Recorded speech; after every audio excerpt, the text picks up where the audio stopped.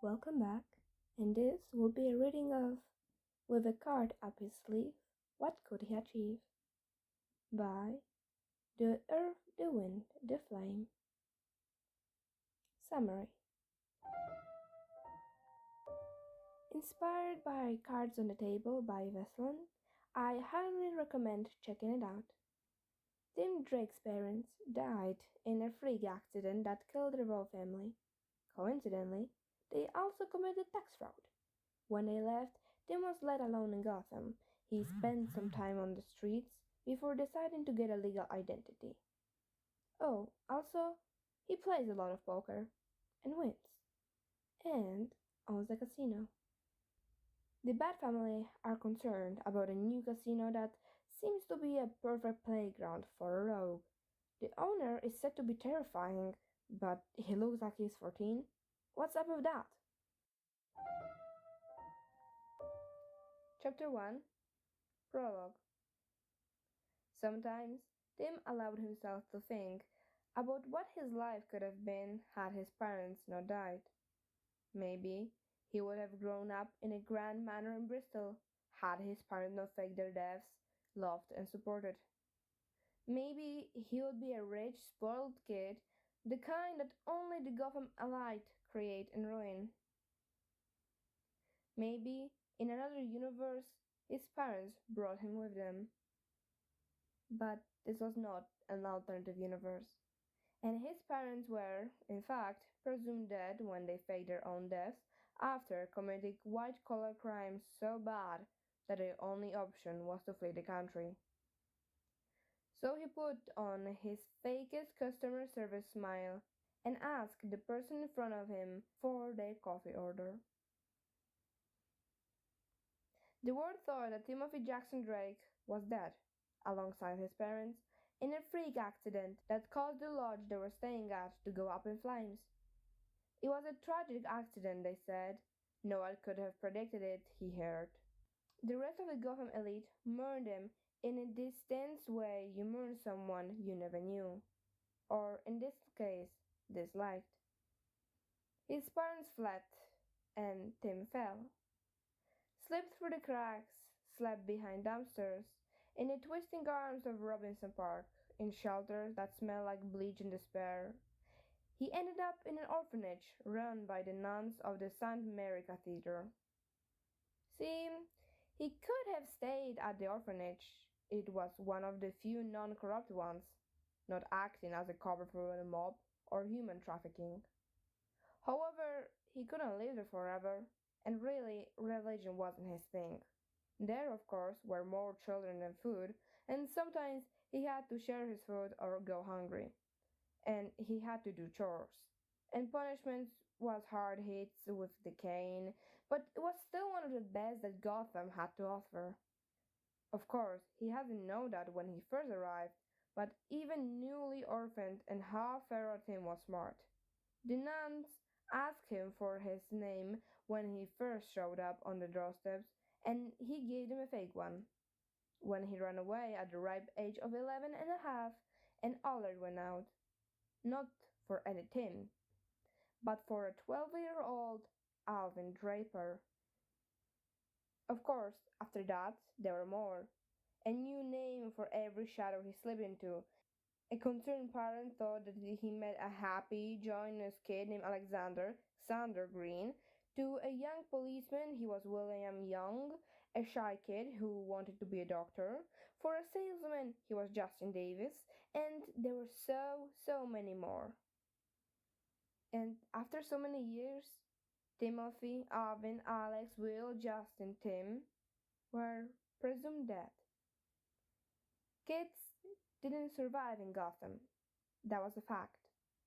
But Tim didn't mind. He was a ghost. Before he was actually presumed dead, he drifted alone in Drake's Manor and during galas in front of flashing lights. He had mastered the art of not being seen. Much like ghosts could only be seen if you knew they existed. He ignored the fact that he was forgotten, the way only ghosts were. He ignored the fact that some ghosts were remembered more than he was. He forcibly pushed any thoughts of Timothy Drake and Alvin Draper out of his mind as he told the person that their older total was 750.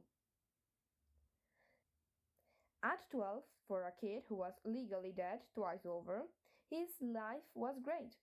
He's been on the street for a while, before he finally got some cash by pickpocketing tourists and the like, and living near the Gotham Library dumpster. The library was one of the few places where he could truly relax and not look out of place. And occasionally, 12-year-old Tim swiped a few things from the rich assholes who really didn't need it. He very rarely stole electronics. They were messy. But when he saw a camera lazily hanging off of a random tourist's shoulder, he just had to have it. When he got close enough to hear the guy, he figured out the guy must be from Metropolis, visiting Gotham for whatever reason. The Metropolis thing really made him both not want the camera, since it was from Metropolis, too clean, too hopeful, and also made him want to take the camera, just to stick it to the guy. He ended up taking it. The great thing about Gotham was that nobody questioned why a 12-year-old who was probably homeless had a camera worth 4K. Another reason he took the camera was sentiment. Before the death of Timothy Drake, he used to follow, read, stalk, the bats. When the night came, Tim went out, and to his delight, Batman hasn't switched up his route too much. He followed Batman the whole night, and developed the photos in a decaying dark room. The next day, he walked right to the Gotham Gazette and sold the one good picture he had of the new Robin, and walked out with enough money to take a shot at gambling. A fun fact about Tim was that he liked statistics and close odds. Before Tim Jane existed, he had been a lonely kid in a manor with too much time to spare, and a deck of cards. He learned to play and shuffle and cut cards, and then he learned poker. And after that, he learned the sleights of a hand needed to win. So, as any 12-year-old would with newly accounted money, he had gone to Crime Alley. Another fun fact about Tim was that he was great at pissing people off. He overheard some guys playing cards and betting, and he hatched a plan. He got close enough for them to hear, and then loudly and colorfully announced how shit they were at playing poker. Naturally, this got their attention, but instead of challenging him to join, they unfortunately looked more ready to beat him up. Finally, when his instinct started screaming, he ran away. But that was where it started. Game after game, he played and earned. Each night, patrons of the clubs he visited would ask for his name like some sort of fare, and every night he would concoct new things to tell them. Once he was Jackson, and that was the closest he ever got to telling someone the truth. Since his main source of income was bat watching, and on some nights playing cards with obnoxious adults in Crime Alley, he was practically free during the day. When he was 13, the only thing he really wanted and needed money for was his camera and for food. So he never focused on it. Instead, he used to hole up with a book, Perks of Living Near a Library, and read. He read anything: computer science, mythology, hacking, medicine, fairy tales, anything that made him harder, more impossible to catch. Again, broken out of his thoughts, he looked to find another customer in front of him. He smiled blandly at her, but she didn't smile back. Oh, great, a Karen. What can I get for you, madam? What can I get for you today, ma'am? My coffee order was wrong. What's your name? Tom? Again, he contemplated quitting. But Tim Jane needed a quiet paper trail that no one would follow. Chapter 2 Interlude 1 The Poker Table. The room smelled of sweat, dirty money, and cheap alcohol. One of Crime's Alley's many overcrowded backrooms were loud. Too loud, but Tim didn't flinch. He never did. He sat across from three grown men and one off-duty cop who mistaken him for a lucky kid. It was going to cost them. The cards were worn, so were the men. They laughed too hard like people who've forgotten what real joy tasted like an average Gothamite would after one too many rogues attacks. One of them called him kid, maybe like a warning, but Tim didn't flinch. He loved math, probability, the slick satisfaction of stacked odds, and he loved poker, the quiet war of expressions, the tells, the lies. He counted the cards like he was born doing it. They let him shuffle, which was their first mistake. He let them win a few rounds, let them think they were smarter than they were. Then, slowly, the tide turned. Full house, straight flush, the chips pile grew. They started calling him names. Some were kind, most weren't. But they kept playing because they wanted to win back what they lost. And Tim? He just wanted to keep taking. By the end of the night, they were broke. He was gone, and in the end, that was what he was. A dead boy with too many names. Chapter 3 Interlude 2 The Fight. It happened fast. Everything in Gotham did. He got jumped on the walk back to the library. Just another kid walking too slow through the wrong alley. One moment, he was thinking about the next casino, the next bluff, the next move.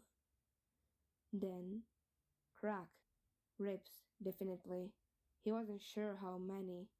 He didn't remember falling, just the impact. The wet snap of his shoulder hitting pavement. The sudden metallic buzz of adrenaline drowning out thoughts. There was blood. He could taste it. Iron and copper on his tongue. There were three of them. Big, older, laughing. He didn't run. Not anymore. He fought with everything. With fists that didn't know how to stop, he hit back over and over, teeth bared like something feral. Pain was distant. Noise. Nothing mattered except the heat curling in his gut. The ice lacing his spine. He fought until the ward tilted sideways. He fought until their laughs turned into gasps. Until the crunch of cartilage under his knuckles finally sounded like peace. He left one of them crying, gasping, one of them unconscious, one of them bleeding from a shattered nose. Then he walked away, limping, drenched in someone else's blood, and finally, felt settled. He came back to his dumpster, and it was gone. Not physically, no. The metal bin sat there, but the word he had painstakingly carved around it, the blankets, books, scraps of stolen warmth, was smashed, disintegrated. His word ruined. Tim didn't feel rage like fire. It never had. His anger didn't burn. It froze. It seeped into the marrow of his bones and whispered revenge. He found out who did it easily enough. Penguin, mostly muscle, looking for a kid who had outsmarted the big man in charge at cards. The security footage confirmed what his instinct already knew. That night, he didn't go to the alley with a couple $100 for chips.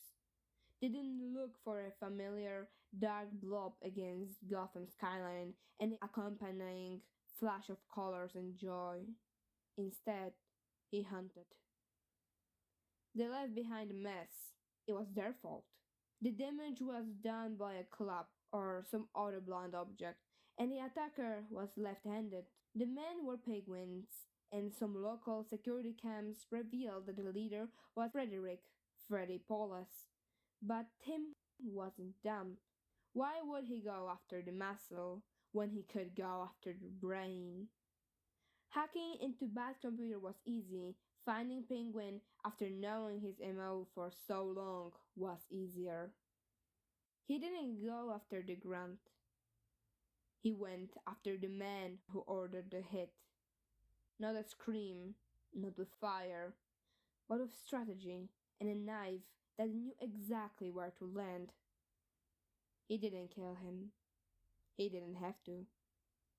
Penguin didn't speak Tim's name after that. No one did. Not unless they wanted trouble. That was the night he stopped running. That was the night he became something else. He never knew hearing someone scream could be so satisfying. Penguin's particular brand of villainy was knowledge. Blackmail to be specific. But Tim knew more perks of being a stalker. Tim, one universe. Well, a million, but hey, who cares? After that incident, not many people boarded him for some odd reason, but he finally invested in a legal identity, and Tim Jane was born. Jane, to honor his mother, who taught him everything he knew about keeping a mask. He relocated to near Gotham General Hospital and got an apartment. In the night, he stalked the bats occasionally and played in casinos. And in the day, he worked as a barista, only for the free coffee. He clocked out of the coffee shop at 3:45. The woman who yelled at him about almond milk would forget his face by morning. That was the goal. Today, he was heading to the tables behind the old fortune teller. See, Tim owned those tables. Well, calling them tables was an understatement. They were more akin to Penguin's iceberg lounge, but better, obviously. On the surface, it was Vegas Real, a gaudy building teetering on the edge of Bristol and Old Gotham, perfectly positioned to intercept those coming or going from high society events or church, an ordinary casino, or as ordinary as anything in Gotham can be. It was frequented by Gotham elite, who often came to play a game or five before passing by the red light district, though this has reduced significantly after Red Hood's debut. However, expensive wine and gambling weren't the only reason they came to Vegas Real. The other reason was Tim. Tim was the devil in the charge of the casino, and instead of just dealing in cash, he dealt in secret as well. Of course, club regulars knew that there wasn't anything that he didn't already know. There was a tish, and one they always paid, whenever they wanted to or not. Today was Brucey Wayne Hallow Eve party, and he knew that the club would be full tonight. The Halloween ball was being held on 28th, as events held on 31st were likely to be crashed by some rogue or the other. But that didn't excuse Tim. No. He had a good 5 hours before he would be expected to show his face at the club, and he intended to use it.